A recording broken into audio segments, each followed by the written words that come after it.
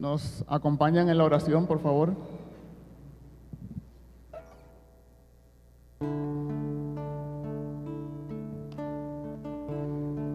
Te damos gracias, Señor, te alabamos y te bendecimos. Gracias por todos los regalos que nos das en este día. Gracias por este día tan especial que estamos viviendo. Esta noche vamos a vivir el inicio de ese misterio, el más importante que nos dejaste a la iglesia, el misterio de la Eucaristía y de la institución también del sacerdocio, los pastores llamados a ministrar este hermoso sacramento de fortaleza, alegría y fe. Te damos gracias, Señor, por Monseñor, por su ministerio, por su entrega. Como sabemos, ha puesto todos los dones que tú le has dado al servicio, no solo de tu parroquia, sino de tu iglesia, Señor. Dale la fortaleza y la alegría de perseverar en su servicio. A nosotros, danos siempre amor para quererlo, para reconocerlo y valorarlo como el gran regalo que en Él tú nos has dado. Te pedimos, Espíritu Santo, una nueva unción muy especial sobre Él y sobre toda la asamblea. A nosotros, Señor, danos un corazón y un oído limpio para escuchar tu palabra. Te lo pedimos en el nombre de nuestro Señor Jesucristo, que vive y reina por los siglos de los siglos. Amén. Bendito seas, Señor, por este pan, fruto de la tierra y del trabajo del hombre. Bendito seas, Señor, por este vino que hemos recibido de tu amor y bondad.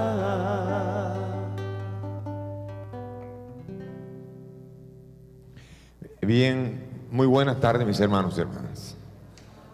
Escuchando esta bella exposición de la hermana Marta Karina, qué belleza, estaba gozando, sobre todo cuando expresaba la experiencia personal de cómo la sostenía la Eucaristía.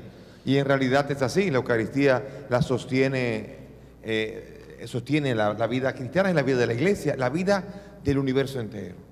Por eso es bello centrarse ahora en el tema de la Eucaristía.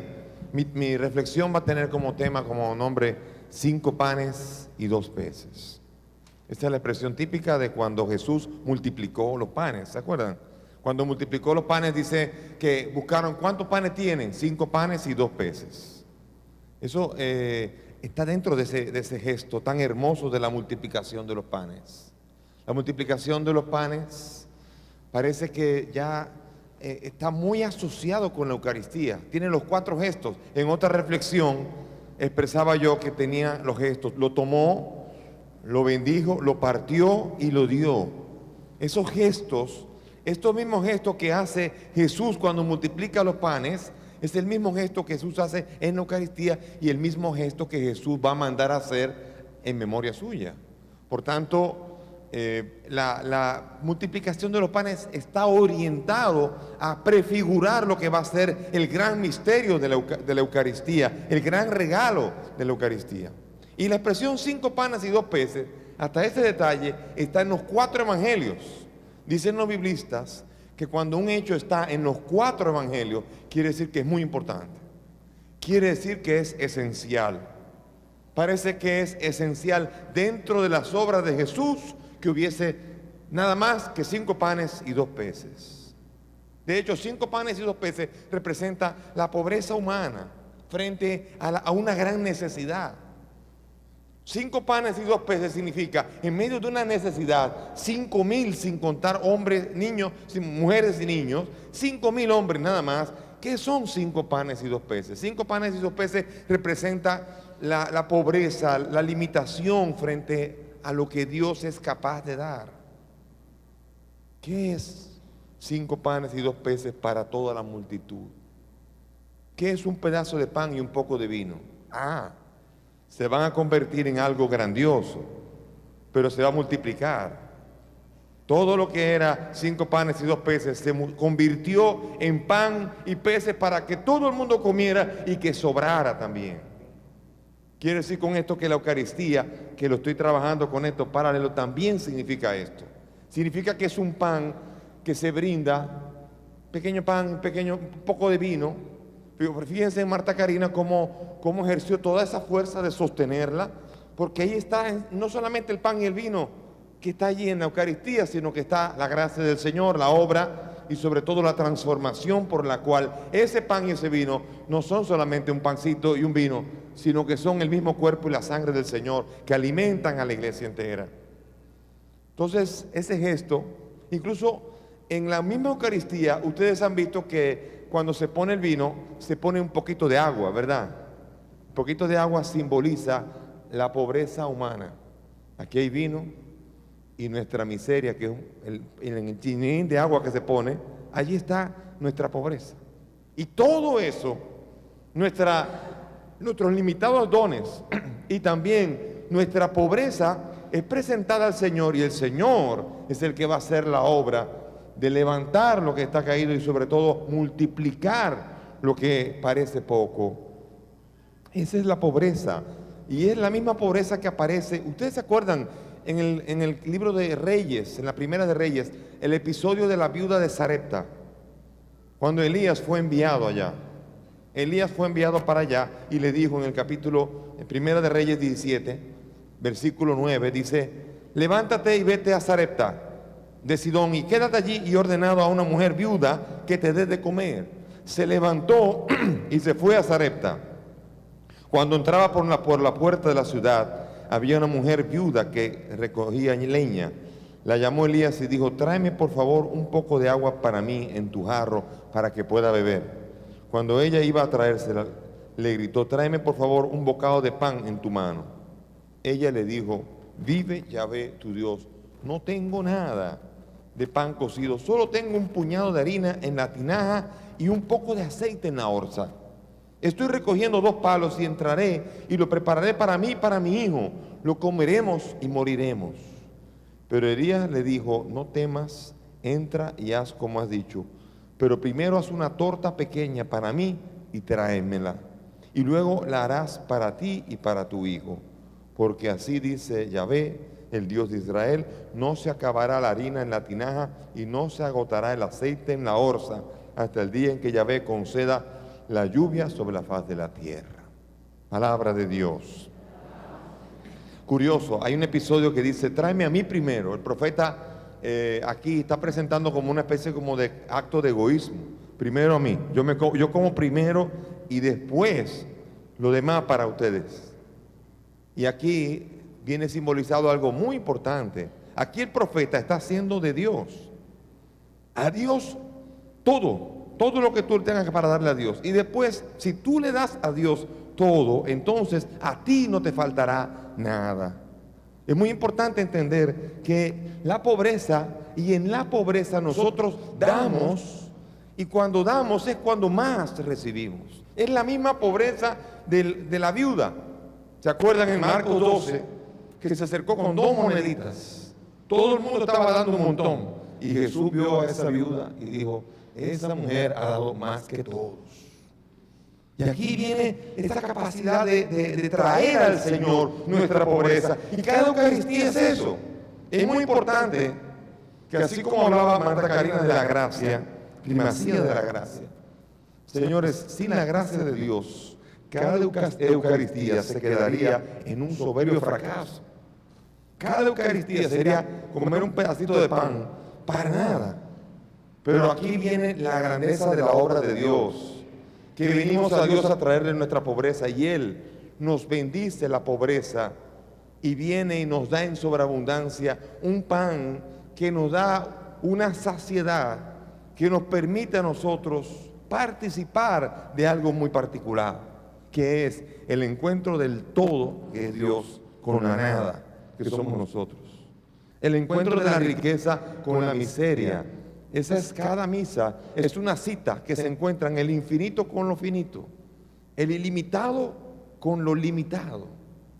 Nosotros que somos pobres, nos venimos a encontrar con el Dios que es ilimitado. Y así lo ilimitado pasa a participar de lo ilimitado. Nosotros que somos pobres participamos de la riqueza de Dios. Dice la palabra, el que coma de este pan vivirá para siempre. Participamos de la vida eterna. Nosotros que somos limitados, que somos caducos. Dice, el que coma de este pan vivirá y vivirá para siempre. Participará de la vida eterna. Y entonces, esta es la belleza de este pasaje que estamos hablando del capítulo 6. Todo el discurso del pan de vida viene a decirnos esto. Quien come del pan no está comiendo pan, está comiendo un alimento que es diferente al que comieron los padres que estaban en el desierto. Esos murieron, pero quien come de este pan vivirá para siempre. Y es importante este misterio al presentarnos la Eucaristía, porque fíjense, la iglesia tiene dos fiestas para la Eucaristía. Una, la institución de la Eucaristía, un gesto en donde Jesús manda a los suyos, hagan esto en memoria mía, el relato del momento de la Eucaristía. Pero como ese relato y ese mandato de Jesucristo es tan vasto, la iglesia preparó otro día también para poder meditar sobre otra dimensión de la misma Eucaristía, que tiene una riqueza tan incalculable, y tiene el día de Corpus Christi. El día de Corpus Christi se medita sobre el misterio de la presencia, de que Cristo esté allí en ese pan y en ese vino. Están presentes el cuerpo y la sangre del Señor. Por eso la iglesia dedica otro día más para meditar sobre ese misterio de que Cristo esté presente allí. Se detiene uno más en el misterio de la presencia, cuando en el Jueves Santo, un día como hoy, se medita más en la institución de la Eucaristía. La institución de la Eucaristía está en los Evangelios. Hagan esto en memoria mía. ¡Qué belleza! Ese es, yo diría, el gesto que tiene más eco en toda la historia de la humanidad. No hay ningún gesto en la historia que haya tenido tanta influencia. Tiene ecos sin precedentes en toda la historia, y no solamente en la historia, sino en la metahistoria, más allá de la historia, en la eternidad. Es un gesto que se prolonga a lo largo de toda la vida, a lo largo de toda la eternidad, a lo largo del universo entero. Ojalá entendiéramos la fuerza y la presencia y lo que significa este gesto. Porque yo estoy seguro que el Señor, cuando dijo, hagan esto en memoria mía, sabía la onda expansiva de gracia que iba a ir hacia el mundo entero, fruto de este gesto que se ha prolongado a lo largo de la historia y se seguirá prolongando a lo largo de toda la historia. Es un culto que no es solamente el culto que celebramos allí cuando estamos en la misa. Aquí está involucrada no solamente la iglesia militante que somos nosotros, está involucrada la iglesia purgante, la iglesia gloriosa, triunfante, toda la iglesia está presente aquí. Todo el universo está presente en cada Eucaristía, en cada presencia de Cristo. La Eucaristía está asociada a un culto que es eterno. Cada Eucaristía es eterna. Cada Eucaristía se puede recordar cada uno de los ángeles, puede recordar cada una de las Eucaristías celebradas. Porque cada una sola Eucaristía, tiene la fuerza para resonar como una proclamación de la presencia de Cristo, por quien el universo entero se hizo. Juan Pablo II, cuando estaba recibiendo la visita ad limina apostolum de los obispos de Estados Unidos, les recordó la dimensión universal que tiene el gesto de la Eucaristía. Fíjense lo que le dijo. Les dijo a los obispos de Estados Unidos: el desafío ahora consiste en alcanzar el punto exacto de equilibrio, en especial entrando más profundamente en la dimensión contemplativa del culto de la Eucaristía. Esto sucederá solo si reconocemos que la liturgia tiene dimensiones tanto locales como universales, tanto temporales como eternas, tanto horizontales como verticales, tanto subjetivas como objetivas. Es el eterno culto del cielo, pero a la vez metido en la tierra. Es el mismo culto que están haciendo los ángeles y todos los santos y todos los que han vencido. Ese culto eterno que se hace presente, el cielo que baja aquí a cada altar. Ojalá entendiéramos toda la fuerza que está contenida en la celebración de la Eucaristía. También lo repite con estas palabras parecidas el Concilio Vaticano II, en la Sacrosanctum Concilium, la número 8, que dice: en la liturgia de la tierra pregustamos y tomamos parte de aquella liturgia celestial que se celebra en la ciudad santa de Jerusalén, hacia la cual nos dirigimos como peregrinos y donde Cristo está sentado a la derecha de Dios como ministro del santuario y del tabernáculo verdadero.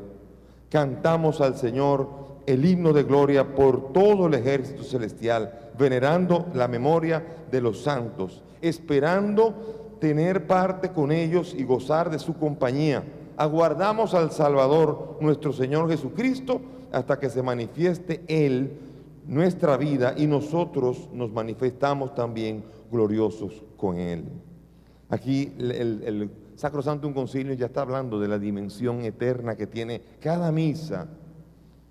Ojalá que nosotros pudiésemos valorar, no solamente en Jueves Santo, hoy celebramos que Cristo instituyó este gesto, sino que en cada Eucaristía pudiésemos entrar y unirnos a toda la creación, entender la fuerza de llegar a todos los rincones de la tierra con la fuerza de la oración eucarística.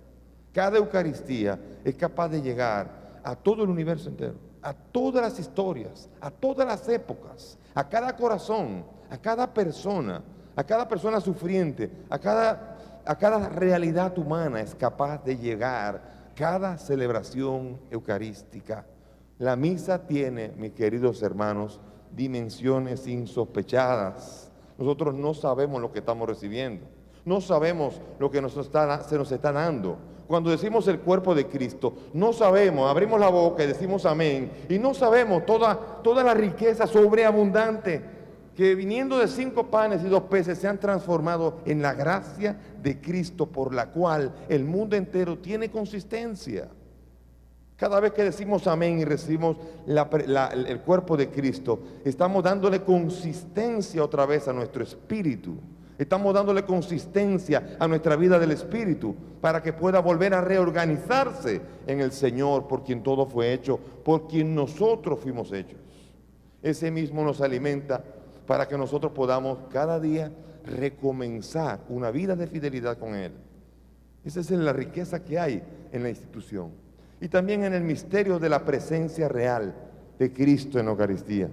Ojalá que nosotros pudiésemos entrar a entender, a poder hacer que se nos revele un misterio que sobrepasa nuestra mente, nuestra capacidad de entendimiento. No podremos jamás entender aquí en la tierra lo que significa que un sacerdote, por pecador que sea, es capaz de decir: tomen y coman, tomen y beban, y eso se transforma en algo universal que produce, que da, que otorga vida eterna para todo aquel que lo recibe bien dispuesto. ¿Cómo entender eso? ¿Cómo entender esa realidad? ¿Cómo poder entrar en ese misterio sin no quedar apabullado ante esa realidad que se brinda? Y cómo no decir amén, decir ojalá que sea así, amén, porque es que no, si es por entendimiento, si yo voy a comulgar solamente cuando lo entienda, no voy a comulgar nunca.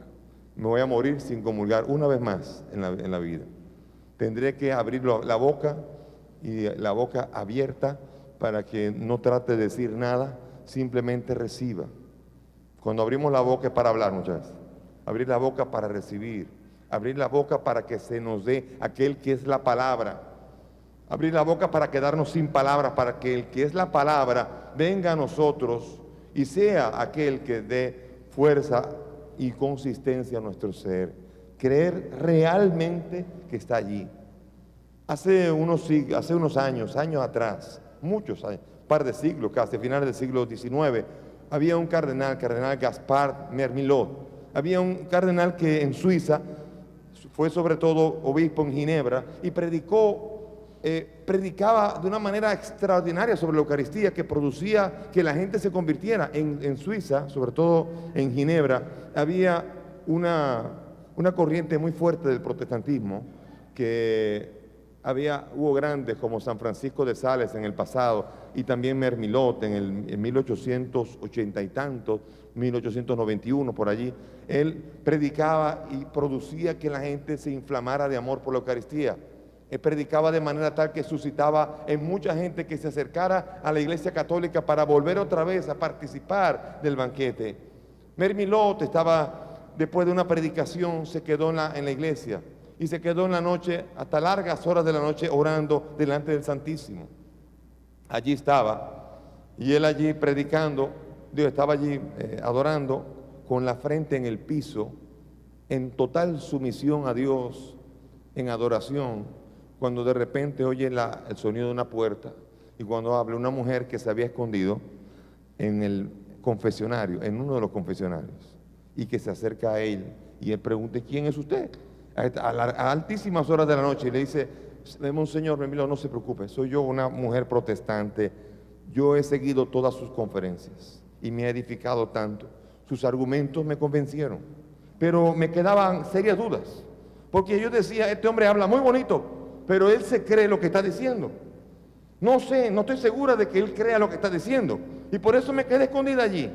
Y me quedé viendo a ver qué estaba haciendo usted, si de verdad creía que estaba allí, porque no podía ser que usted predicase eso y después frente al Santísimo usted no fuese otra persona entonces. Pero yo lo estuve viendo, y ahora es cuando usted me ha convencido.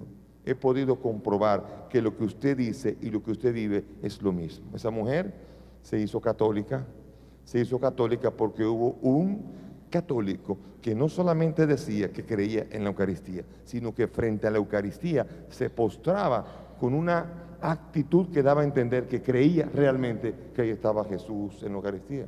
Por eso tenemos que cuestionarnos en este sentido: ¿qué tanto nuestro catolicismo, qué tanta nuestra fe en la Eucaristía es capaz de convencer a los demás? No solamente en las palabras, porque palabras uno puede estudiar, argumentos, puede discutir, puede sacar aquí y allá, sino qué tal nuestra vida eucarística, qué tal nuestra adoración eucarística, qué tal nuestra atracción por Cristo, qué tal nuestro convencimiento, qué tanto es capaz de convencer a los demás de que creemos realmente que Jesús está allí en la Eucaristía, en la hostia santa consagrada. Este Mermilot fue un hombre que convirtió a muchos, no solamente porque hablaba de la Eucaristía, sino porque la creía, porque adoraba la Eucaristía.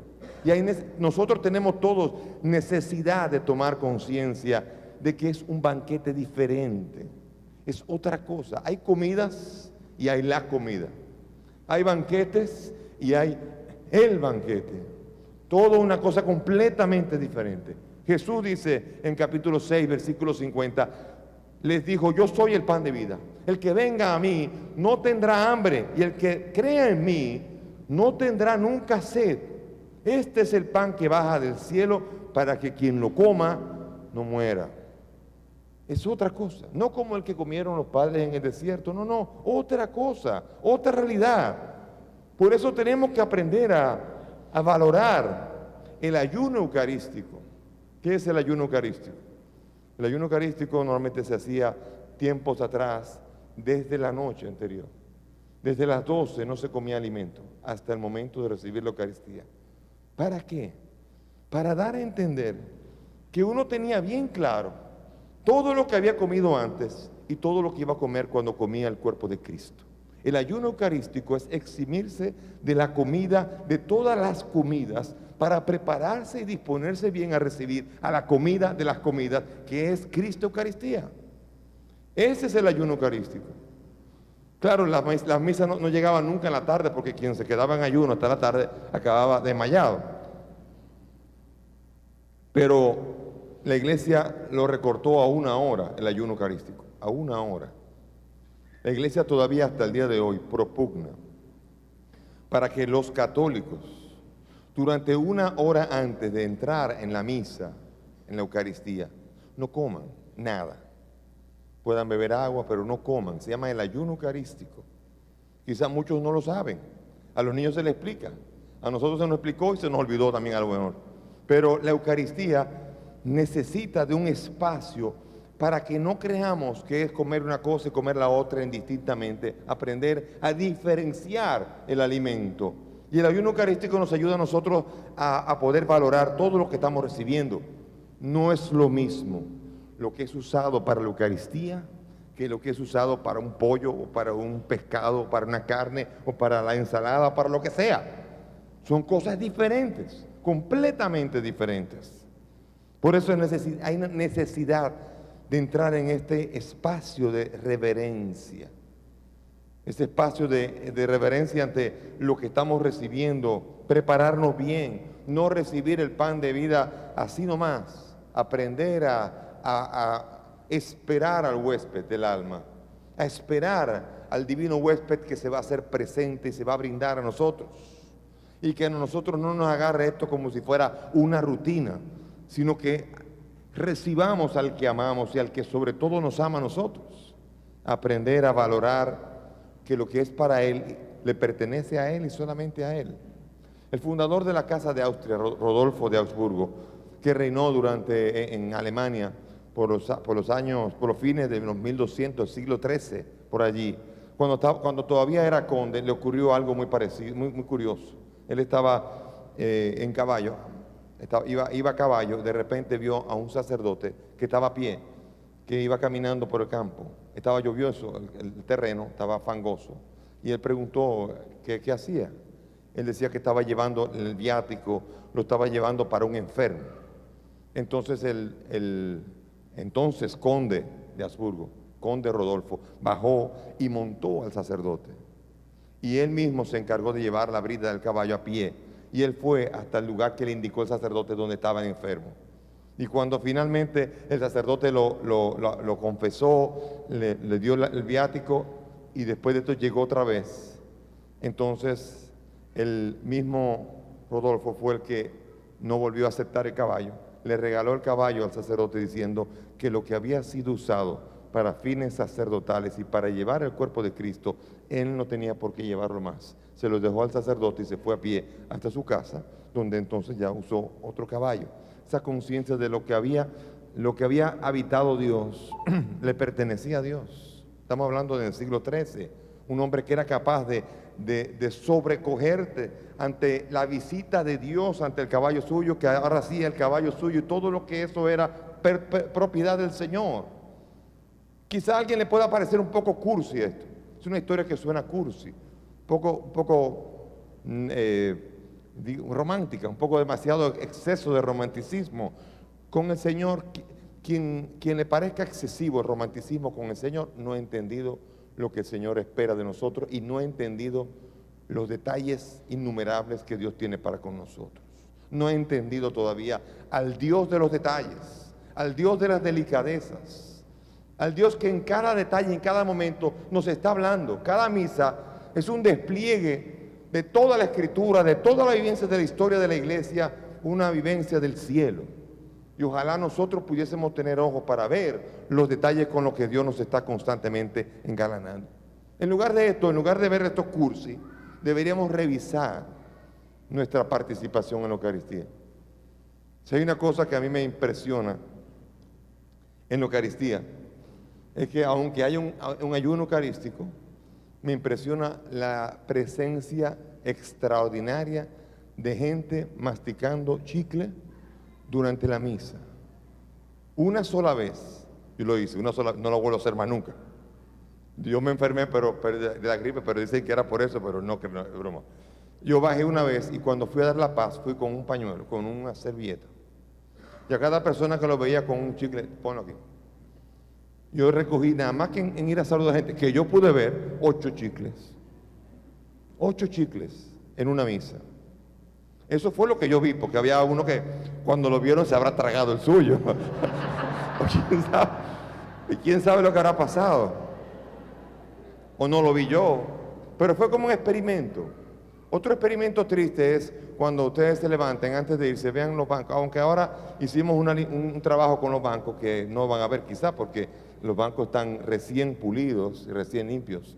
Pero vean la cantidad de chicles que hay. No le pongan la mano, por favor, así, porque van a encontrarse con cualquier chicle, sobre todo en las sillas y en todo.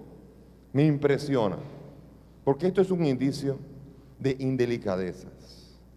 Esto es un indicio de que aquí muchas veces se puede llegar a venir a la Eucaristía sin conciencia de qué diferencia es el chicle que yo estoy masticando y el Señor que voy a recibir. No hay conciencia y es necesario revisarnos en esta capacidad de disponer y preparar nuestra alma para que pueda verdaderamente tener un encuentro con el Señor. Qué difícil es si nosotros nos da lo mismo una cosa que la otra, cuando la misa es un momento glorioso. La misa es un pedazo de cielo en la tierra, es el cielo en la tierra. La misa es el culto que le dan los ángeles y los santos en el cielo al Dios Todopoderoso y al Cordero de Dios que está sentado a su derecha. Ese mismo culto se hace presente aquí. Quizás el que come, el que no tiene, quizás no se está dando cuenta de lo que está pasando aquí. Quizás no se ha dado cuenta, no sé, de lo que está pasando cuando Jesús dijo, hagan esto en memoria mía. No se ha dado cuenta de que ya allí no hay pan, de que allí está el alimento, el pan de vida. Es importante esto, porque si no, no vamos a entenderlo todo. Es un momento glorioso, aunque haya niños gritando, aunque haya gente distraída, aunque haya jóvenes que se estén aburriendo, aunque haya adultos y sobre todo adultas que puedan estar mal vestidas, aunque haya gente criticando y murmurando. Ese es el cielo en la tierra. Ese es el cielo en la tierra. Y si de verdad lo creemos, no nos debería nada de eso poder distraer ante esa realidad misteriosa, grandiosa, sobreextraordinaria de que aquí esté presente Jesús. No es posible que uno pueda percibir la presencia del cielo en la tierra y que uno sea capaz de distraerse con pequeñeces. La comunión es el momento central de la Eucaristía y la finalidad. Cada misa está hecha para que tú y yo la comamos. El momento más importante de la Eucaristía es amén y recibir el cuerpo de Cristo. No todo el mundo lo puede hacer, no todo el mundo está en disposición de hacerlo, no todo el mundo está preparado en cada momento para hacerlo, pero es el momento más importante y para el cual nosotros celebramos la Eucaristía, para que sea pan de vida, pan para ser comido, pan para que nos fortalezca, hacer la comunión con Cristo. Por eso hacer la comunión es importante, pero es importante hacerla adecuadamente. La comunión con el Señor. Vamos a ver lo que nos dice el Catecismo de la Iglesia Católica acerca de los efectos de la comunión, de comulgar. Comulgar tiene sus efectos. Y muchas veces la gente no se ha dado cuenta cuáles son los efectos de comulgar. Efectos positivos, por supuesto. Los efectos son, primero que nada, comulgar, dice el Catecismo en el 1391, dice que acrecienta la unión con Cristo. Quien comulga se une a Cristo. Y ese es el fruto principal de la comunión. Comulgar con la presencia íntima del Señor. Quien come mi carne y bebe mi sangre, habita en mí y yo en él. Juan 6:56. Quien recibe la Eucaristía está haciendo intimidad con el Señor. Está invitado a unirse cada día más con el Señor. Esa comunión es la fuente, el culmen de la vida cristiana. De hecho, los maestros del espíritu, los maestros espirituales, hablan de que al final de cuentas el crecimiento espiritual no es otra cosa que el camino de la unión cada día más íntima con Dios. A fin de cuentas, el máximo de la espiritualidad cristiana es la persona que está más unida a Cristo. Por lo tanto, unirse a Cristo es el máximo objetivo que puede tener la vida cristiana, estar unida a Cristo. Dice el Concilio Vaticano II en la Lumen Gentium 11, participando del sacrificio eucarístico, fuente y culmen de toda vida cristiana, ofrecen a Dios la víctima divina y asimismo se ofrecen juntamente con ella, en unión a Él. Por eso, comulgar te acrecienta la unión con Cristo. Y es importante entender esto, que la unión con Cristo es el máximo bien que podemos nosotros aspirar. Por tanto, la comunión es la fuente privilegiada, directa, para poder unirnos con el Señor, como Dios nos invita. Segundo, da vida al Espíritu como el alimento al cuerpo. 13:92. La comunión, así como el alimento fortalece el cuerpo, así como una persona que no ha comido, o cuando hace dieta, o cuando está comiendo poco, ha hecho un gran ayuno, cuando uno ha pasado trabajo, cuando uno está sin alimento suficiente, uno se siente débil, uno se siente cansado. Cuando hace ejercicio, no puede. Así también es el espíritu. El espíritu necesita ese fortalecimiento. El espíritu necesita ese ejercicio. El espíritu necesita esta fortaleza que lo capacita a hacer grandes y pequeñas cosas en el nombre de Dios.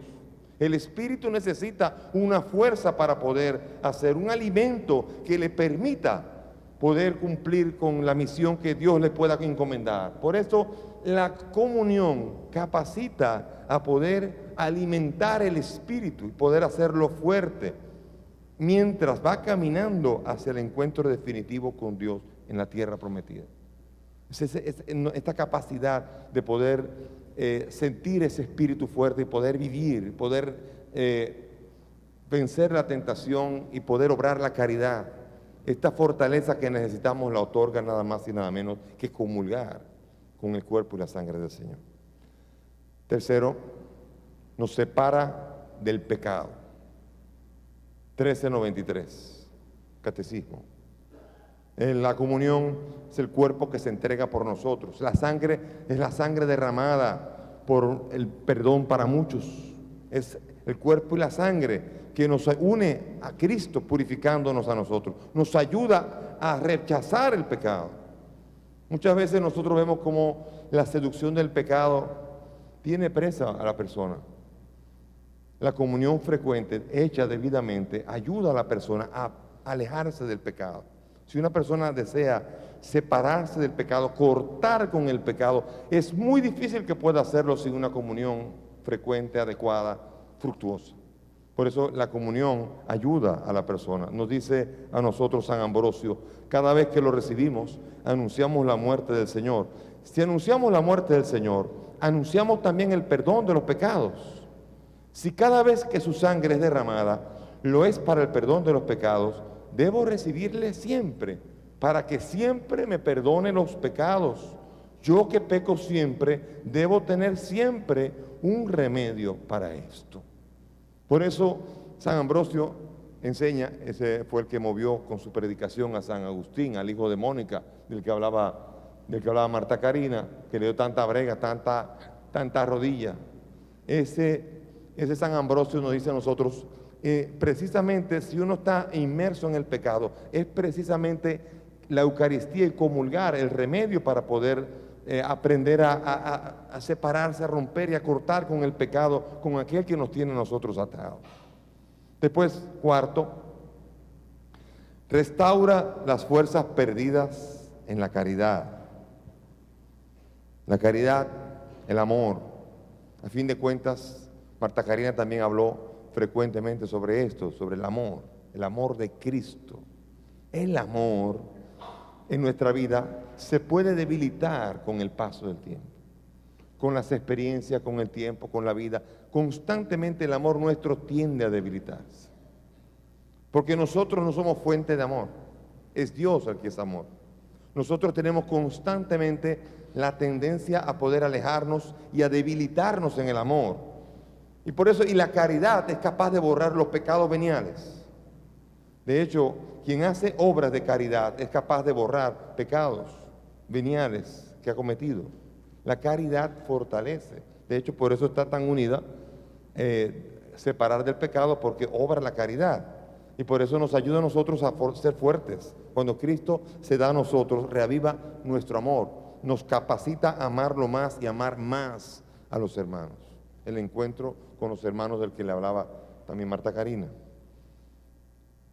Número 5, nos preserva de futuros pecados mortales.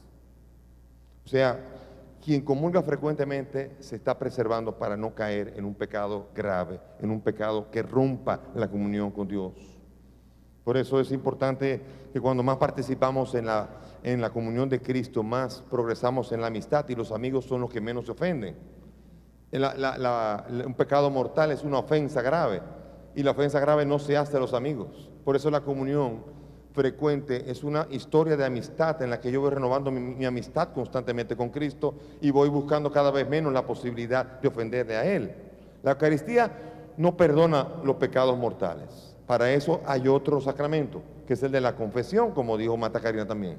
Este es el sacramento para afrontar los pecados mortales, los pecados que nos apartan de Dios, los pecados graves. Pero para no caer en ellos es necesario que nosotros podamos entender esta capacidad. A los amigos de Cristo los transforma en fieles. A los que están enemistados les puede hacer daño. Es muy importante que así como cuando uno mantiene amistad con Cristo, debe comulgar. No, yo creo que de los sacramentos no hay que abusar excesivamente. Yo digo, una persona va 3 veces a misa y comulga, tiene un problema serio. Si todos los días se pone a ir 3 veces o 4 veces y comulga, como una persona que se quiera confesar cada 2 o 3 días, hay un problema serio.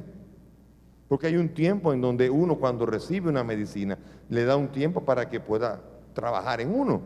Entonces, eso no quiere decir que si yo participo en 2 Eucaristías, el que estuvo en la mañana en la misa crismal, vuelve a estar en la tarde, tiene que volver a comulgar. Reciba otra vez el cuerpo de Cristo. No diga, estoy recibiendo demasiado Cristo. Cada vez que tú estás en la misa, estás invitado a un banquete. No puedes estar invitado a un banquete sin comer de él. Yo no creo que Cristo te invite a ir 4 o 5 veces al día a un banquete. Eso no fue Cristo. La primera te invitó Cristo, las otras 4 veces no te invitó Cristo. Te invitaste tú. Pero cada vez, si en ocasiones tú puedes decir, tienes que ir más de una vez a la misa, cada vez que estés allí y estás en amistad con Dios, recibe el cuerpo de Cristo, porque cada misa es una invitación a comunión, es una invitación a no decir, yo no voy a ir a comulgar porque ya comulgué en la mañana o ya comulgué ayer. Recibe el cuerpo de Cristo. Ahora, cuando hay una dificultad, cuando usted está en pecado serio, grave, quiere decir con esto, no quiere decir por cualquier, cada vez dijo una mentira y ahí voy a confesar, y un resbalón y a confesar, sino cuando yo he pecado gravemente contra el Señor, tengo que aprender a eximirme de recibir el cuerpo de Cristo. ¿Por qué? Porque entonces el cuerpo de Cristo, en lugar de acrecentar la amistad, puede ser capaz de dañar la enemistad y la capacidad de recuperarse en la amistad. Dice San Pablo en la primera carta a los Corintios, en el capítulo 11, por tanto, quien coma del pan o beba del cáliz del Señor indignamente, será reo del cuerpo y la sangre del Señor. Que cada uno se examine, pues, y así entonces coma el pan y beba del cáliz. Pues quien come y bebe sin discernir el cuerpo, y come y bebe su propia condenación. Come y bebe su propia condenación. Aquí Pablo está advirtiendo que las personas que están en una condición de enemistad con Jesús tienen que acudir primero al sacramento de la confesión para restaurar su amistad y poder hacer que la comunión pueda producir los frutos que anhelamos. La proporción está en función del nivel de amistad, como una fórmula, como una ecuación. Pero si el valor es -5 por X, va a dar negativo. Va a ir hacia abajo nuestra capacidad de poder aprovechar el banquete que se nos brinda. Después, número 6, construye la iglesia y el cuerpo místico, 1396. O sea, la Eucaristía hace la iglesia, la Eucaristía construye la iglesia, y los que reciben la Eucaristía están unidos a todos los que comulgan en el mundo entero. De una manera misteriosa, cuando comulgamos el cuerpo y la sangre del Señor, estamos comulgando junto a millones y millones de personas en el mundo. La iglesia está presente en el mundo y estamos unidos a toda esa iglesia. La comunión con Cristo es comunión con todos los hermanos que reciben a Cristo.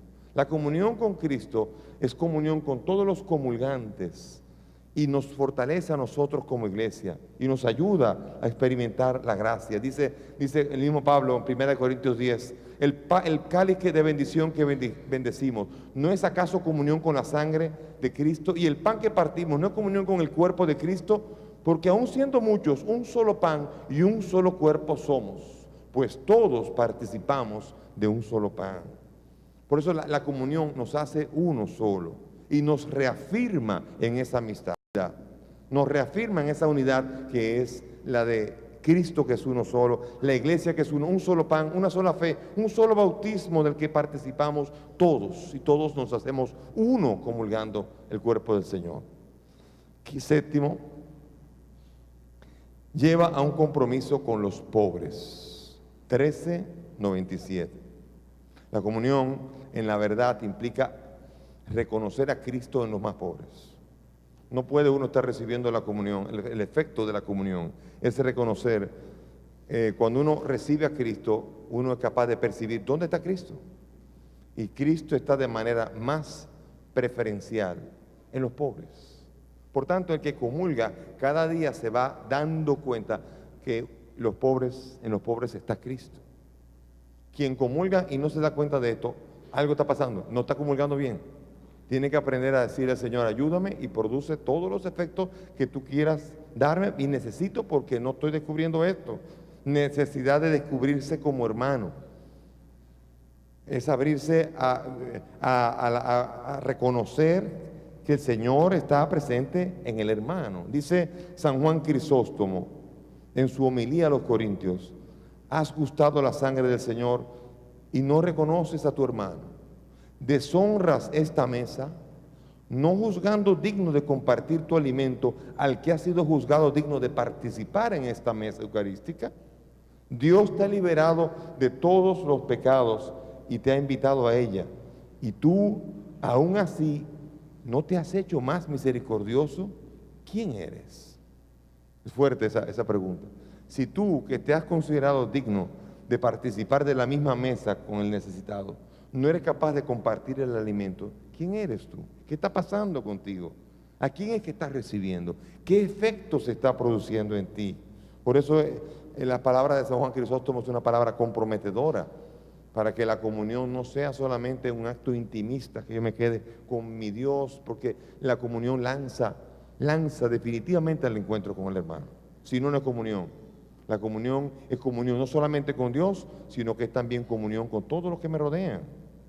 Y octavo y último, favorece la unidad de los cristianos. 13:98. Dice que nos ayuda a superar las divisiones. La iglesia está constantemente amenazada con divisiones porque nuestro pensar muchas veces se quiere desbocar y se quiere ir por su propia cuenta. Nosotros estamos invitados a tener un mismo sentir en Cristo Jesús. Estamos invitados a descubrir toda la fuerza que hay en la unidad, y la Eucaristía es la fuente de esa unidad. Dice San Juan: en eso conocerán que son mis discípulos, en el mucho amor que hay entre ustedes. El Señor nos invita a nosotros a recibir la comunión, y a recibir en la comunión con los hermanos, que podamos demostrar a través de las comuniones frecuentes que Cristo está entre nosotros y nos hace hermanos. Y que la gente no diga en estas misas solamente qué bonito se toca, o qué bonito predica, o qué bonito duerme, sino que también pueda decir qué unidos están, qué unidos están estos, cuántos se quieren en esta misa, cuántos se quieren aquí. En esta misa, la gente que está aquí se quiere demasiado. Yo quiero estar aquí, porque ese es el efecto de la comunión. La primera comunión es particular. Napoleón, ¿se acuerdan? Napoleón, el emperador, conocidísimo por su carácter huraño, por todo lo que él fue. Mucha gente lo trató de dictador, una figura bien misteriosa. Saben muy bien que Napoleón, al final de sus tiempos, pasó cautivo su vida en la isla Santa Elena, y allí pasó sus últimos años. Y en un momento determinado, él estaba allí junto con sus generales de más cercanos durante su tiempo de gloria. Y él, en un momento que estaba mirando al mar, dijo: ustedes no saben cuál es el día más hermoso que yo tuve. Y le comenzaron a decir: quizá la batalla de tal, o quizá cuando ganamos la batalla de tal cosa, o cuando llegamos al trono de Francia, o cuando vino a conquistar a Nápoles. ¿Cuándo fue? Y comenzaron a preguntarle. Y ya el viejo Napoleón ya estaba allí nostálgico y dijo: el día más grande de mi vida fue el día de mi primera comunión. Y todo el mundo se quedó sobresaltado, mirándose entre ellos, como diciendo, ¿qué está diciendo? Y había allí un Drouot, un general Drouot, que era su gran compañero, que a ese le comenzaron a salir lágrimas. Y Napoleón lo abrazó y le dijo, bravo, Drouot, tú eres el único aquí que me ha entendido lo que yo quiero decir. Un hombre que recorrió mundos, que ganó batallas, un hombre amargo, un hombre difícil, un hombre sanguinario, un hombre que a pesar de todo eso y de todo ese recorrido fue capaz de reconocer que el día más grande que pudo haber tenido en su vida fue el día de su primera comunión. O sea, si nosotros conocemos los efectos de la comunión, quizás usted no va a ser como alguien que tiene un PC y tiene un montón de programas que usted desconoce. Usted no se ha topado con algunas personas que nada más saben, tienen un computador que uno dice, pero ¿y ustedes no lo usan esto? Y no, él lo usa nada más que para escribir unas cuantas cartas allí. Y usted dice, pero así le pasa al espíritu cuando uno no conoce los efectos, no sabe las posibilidades que tiene con la comunión. Cuando uno desconoce toda la fuerza que hay y toda la capacidad que tiene y todo el efecto que es capaz de producir la comunión en uno, entonces uno recibe la comunión y es como utilizar un PC simplemente abriendo el archivo Word para poder escribir una cartita y nada más. Mejor escribe la mano. Te habrías ahorrado electricidad, energía eléctrica, había ahorrado mucho. Pero aprender a entender la Eucaristía y el misterio que está encerrado en él, todo el efecto que está destinado a producir en ti. La comunión es el momento central de la Eucaristía, pero tenemos que evitar que haya personas que se hagan daño con la Eucaristía. Yo siempre pongo el ejemplo de un papá que tiene dos niños, uno es diabético y el otro no. Y a uno le compra helado y al otro se lo niega. Y el niño dice, tú sí eres malo, papá, no me quieres porque no me das helado. Y el papá le dice, precisamente porque te quiero, no voy a dejar que comas helado, porque te haría daño. Y porque te quiero, no te voy a permitir que recibas del helado. También es algo así. La comunión es algo parecido. La diferencia entre una persona que está en pecado mortal y una persona que no está en pecado mortal y que está en amistad con Dios es que la persona que está en pecado, si comulga, es como el niño diabético que come el helado y le va a hacer daño. Y la iglesia pide que no se le otorgue la comunión a quien está en enemistad con Dios porque le va a hacer daño como al niño diabético. Entonces hay que salir de la condición. Hay que salir de la condición de pecado para poder recibir la comunión. Y les voy a decir, hermanos, una cosa. No hay condición desde la cual no se pueda salir del pecado. No hay condición desde la cual a la buena o a la mala no se pueda cortar con aquello que te impide recibir la comunión. A veces uno lo que quiere es quedarse con el pecado y con la comunión. Y eso no es posible. Hay que hacer decisiones radicales si uno quiere recibir a Cristo Jesús.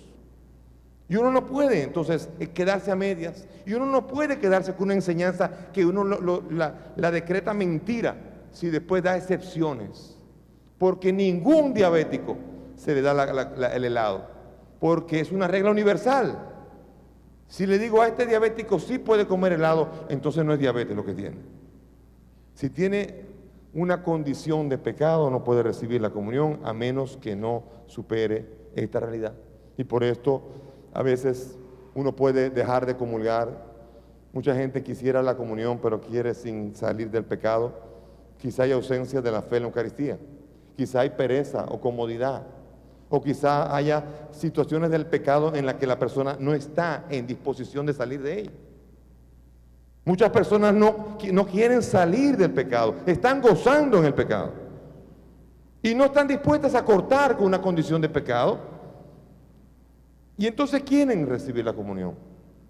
El Señor no va a permitir esto porque la Eucaristía es el sacramento del encuentro con Dios vivo. Y es el Dios mismo que se entrega. Por eso, otro hermoso elemento que vamos a tener hoy, en el día de hoy, hasta mañana, va a ser la exposición del Santísimo. La exposición del Santísimo es fuente privilegiadísima para el encuentro con Dios. Quien no puede comulgar, la exposición al Santísimo en ese momento puede ser un momento de encuentro con Dios. Hay una historia muy, muy bella de un sacerdote que fue a estudiar a Roma, años atrás. Fue a estudiar a Roma, un chino, un sacerdote de China, y cuando volvió a China quiso quiso establecer el culto perpetuo a la Eucaristía.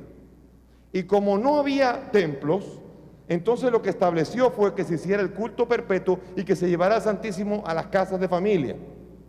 Y así se fue haciendo. Ocurrió que una vez una señora tenía Santísimo en su casa y en un momento la llamaron a la señora y la telefonearon. Había un problema gravísimo que tenía que irse. ¿Qué hizo? Llamó a su vecina, que era una pagana, que no creía en nada, no sabía nada. La llamó y le dijo: yo necesito que tú te me quedes allí. Mire, ese es Cristo Jesús. Estate velando por Él en lo que yo vengo, estate presente allí y tú te me quedas allí mientras yo atiendo mi cosa y vuelvo otra vez, ¿de acuerdo? Pero ese, atiéndolo bien, estate presente allí. Y se fue. Y después de un buen rato que hizo la diligencia y la china ahí se quedó. Y después cuando volvió, entonces finalmente ya la china que regresó le dijo: ya puedes irte a tu casa, te agradezco el tiempo que has estado allí, te agradezco, ya te puedes ir a tu casa. Y le dijo a la china: no te molestaría que yo me quedara contigo un rato más. Yo creo que son los momentos más felices que he pasado aquí en este día. Y así, con el paso del tiempo, a través de la adoración eucarística, esa china, con el paso del tiempo, se fue convirtiendo, se fue acercando al Señor y finalmente fue bautizada y recibió al cuerpo del Señor. Fíjense cómo la exposición al Santísimo puede ser fuente también para que los que no conocen a Cristo, no hace falta que se les hable. A veces basta con que Cristo esté presente allí. Y esa presencia misma ya es la fuerza para la conversión, que a fin de cuentas es lo que necesitamos. Porque el mundo tiene hambre si no tiene a Cristo. Y nuestra pobreza, 5 panes y 2 peces, vienen puestos al altar para que Cristo los multiplique y haya pan para todo el mundo, pan de vida eterna para todo el mundo y no le falte a nadie. La Eucaristía nos lanza también a la misión.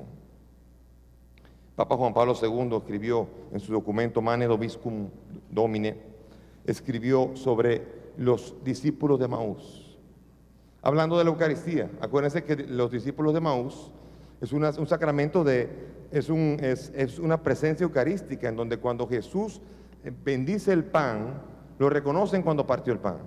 Y dice la palabra, miren a Juan Pablo II, diciendo: los 2 discípulos de Maús, tras haber reconocido al Señor, se levantaron al momento para ir a comunicar lo que habían visto y lo que habían oído. Cuando se ha tenido verdadera experiencia del resucitado, alimentándose de su cuerpo y de su sangre, no se puede guardar la alegría para uno mismo. Entonces, la alegría, si tu misa, si la Eucaristía en la que tú celebras, tú no la proclamas a los demás, si el gozo que produce la misa, tú no lo compartes con los demás, te estás quedando con toda la riqueza y estás evitando que el sacramento de la Eucaristía sea un sacramento misionero, porque cada misa terminaba en latín con ite missa est. O sea, váyanse, anuncien. El anuncio de pueden ir en paz, que después de que pueden ir en paz, es vayan a anunciar lo que han visto y han oído. Vayan a proclamar a los demás lo que aquí han vivido. Y eso es lo que es cada Eucaristía. Cada Eucaristía es una invitación para tener el encuentro con el Señor, para ir y anunciar a los demás que la última cena es el acontecimiento bellísimo que se hace presente en cada misa. Ese día glorioso, ese día íntimo de Jesús, ese día en que hizo intimidad plena con sus discípulos, los amó hasta el extremo. Ese día, esa noche fue interrumpida en un momento determinado por Jesús, que sabía que estaba entregando su vida, pero él fue hablando, y cuando se va despidiendo no lo entienden. Se va para volver otra vez. Esta tarde vamos a rememorizar otra vez ese día. Esa noche bellísima, Cristo le lavó los pies a los suyos. Y nos está diciendo a nosotros que viene a lavarnos los pies en cada misa, viene a purificarnos el camino, viene a limpiarnos el camino, viene a ayudarnos a tener un camino más limpio. Pies limpios es un camino limpio. Viene a hacer el servicio de hablarnos en su palabra para que nosotros caminemos en su presencia. Viene a alimentar nuestro espíritu para que seamos diligentes en la caridad.